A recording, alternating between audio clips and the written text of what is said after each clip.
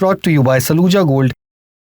भारत का सबसे भरोसेमंद Saluja gold TMT bar. Saluja gold TMT। अब सही पकड़े हो कॉन्ट्रैक्टर बाबू, मजबूती सब कुछ है। ये रेलवे रिक्रूटमेंट बोर्ड्स यानी RRB की जॉब नोटिफिकेशन है। Centralised employment notice number CEN 05/2024 number से जाहिर है कि यह साल 2024 में आई थी।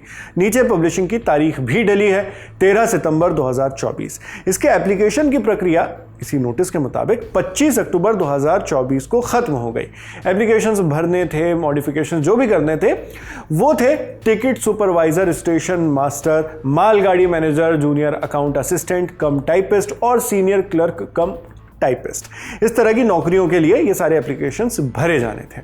कुल 8,113 वैकेंसीज निकली थी, जिसकी जानकारी अगले ही पेज पर है जो आपको अभी आपकी स्क्रीन पर दिख रहा होगा। किस रोल पर कितने पद खाली थे इसका ब्रेकअप भी इसी पेज में दिखाई दे रहा है। इसी तरह नोटिफिकेशन के आने के बाद फॉर्म भरे गए, एग्जाम हुए, मगर 2024 से अप्रैल 2026 आ गया, रिजल्ट नहीं आए। ये नोटिफिकेशन अभी से लगभग 19 महीने पुरानी हो गई है। इस बीच CBT 1 और CBT 2 के रिजल्ट्स भी आ चुके हैं, लेकिन CEN 5/2024 के रिजल्ट अब तक नहीं आए। इसके बारे में और डिटेल में बात करेंगे, पर पहले यह समझ लेते हैं कि एग्जाम किस लिए होता है। यह रेलवेज के NTPC यानी नॉन टेक्निकल पॉपुलर कैटेगरीज का एग्जाम है, जिसमें ग्रेजुएट युवाओं के लिए रेल मंत्रालय में जोनल रेलवेज और प्रोडक्शन यूनिट्स के लिए कई पद निकाले जाते हैं। इनमें कौन कौन से जॉब रोल्स शामिल हैं वो हमने आपको वीडियो की शुरुआत में बताया था। इसके लिए कुल मिलाकर 18 से 36 साल तक की एज लिमिट होती है।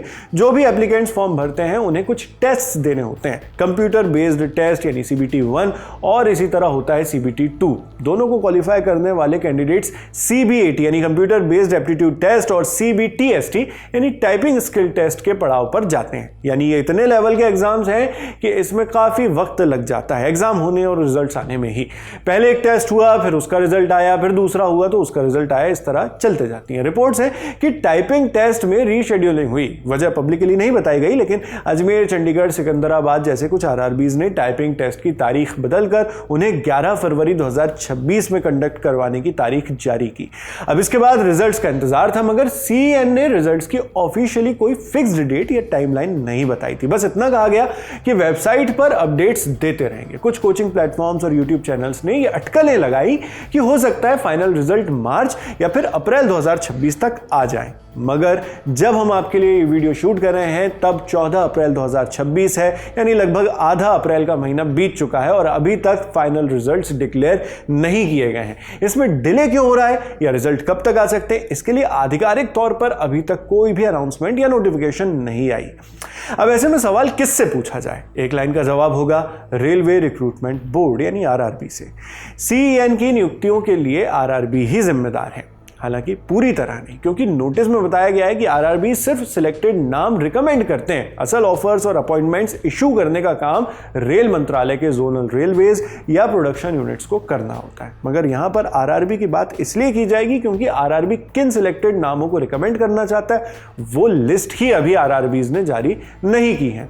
इसलिए सबसे पहले RRBs से पूछा जाना चाहिए कि रिजल्ट कब आएगा। फिर पॉलिसी लेवल पर जाएं तो मिनिस्ट्री ऑफ रेलवेज के रेलवे बोर्ड को जवाबदेही बनती है, उसकी जवाबदेही बनती है। और इन्हें जवाब किसे देना है?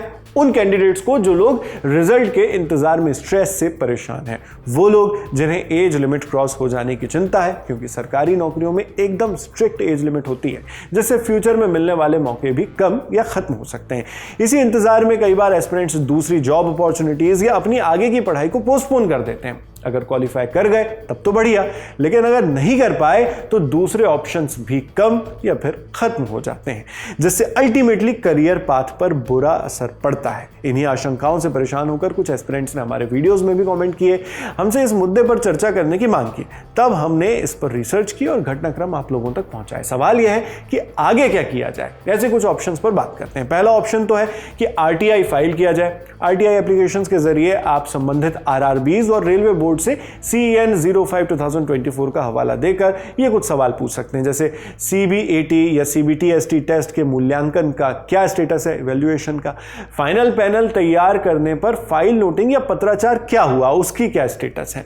फाइनल सिलेक्टेड लिस्ट जारी करने के लिए अनुमानित टाइमलाइन क्या होगी, एस्टिमेटेड टाइमलाइन। इस तरह के सवालों के साथ RTI एप्लीकेशन ऑनलाइन भी फाइल किए जा सकते हैं। बस आपको मिनिस्ट्री ऑफ रेलवेज के RTI पोर्टल पर जाना होगा। इसके अलावा आप रेलवेज के फॉर्मल ग्रीवांस रिड्रेसल वाले मैकेनिज्म में जाकर अपनी शिकायत दर्ज करवा सकते हैं। ऐसा एक प्रेसिडेंस है NTPC के 2019 वाले साइकिल को लेकर। CEN 01 2019 के दौरान बड़े स्तर के प्रोटेस्ट और प्रदर्शन हुए थे। तब उस इशू को सुलझाने के लिए रेलवे मिनिस्ट्री ने एक हाई पावर्ड कमेटी बनाई, जिसका काम एस्पिरेंट्स की शिकायतों का निपटारा करना था। यानी अगर मामला बढ़ता है तो रेलवेज इस तरह के कदम भी उठा सकती हैं। हालांकि फिलहाल ये डिले उस हद तक नहीं पहुंचा है और कैंडिडेट्स में नाराजगी जरूर है, मगर वो आक्रोश तक नहीं पहुंची। मुमकिन है कि ऐसी नौबत ही ना आए और उससे पहले ही नतीजे घोषित कर दिए जाए। उम्मीद यही है। बाकी आप इस पूरी खबर पर क्या सोचते हैं, कमेंट बॉक्स में लिखकर जरूर बताएं। मैं हूं शेख नावेद, देखते रहिए लल्लन टॉप।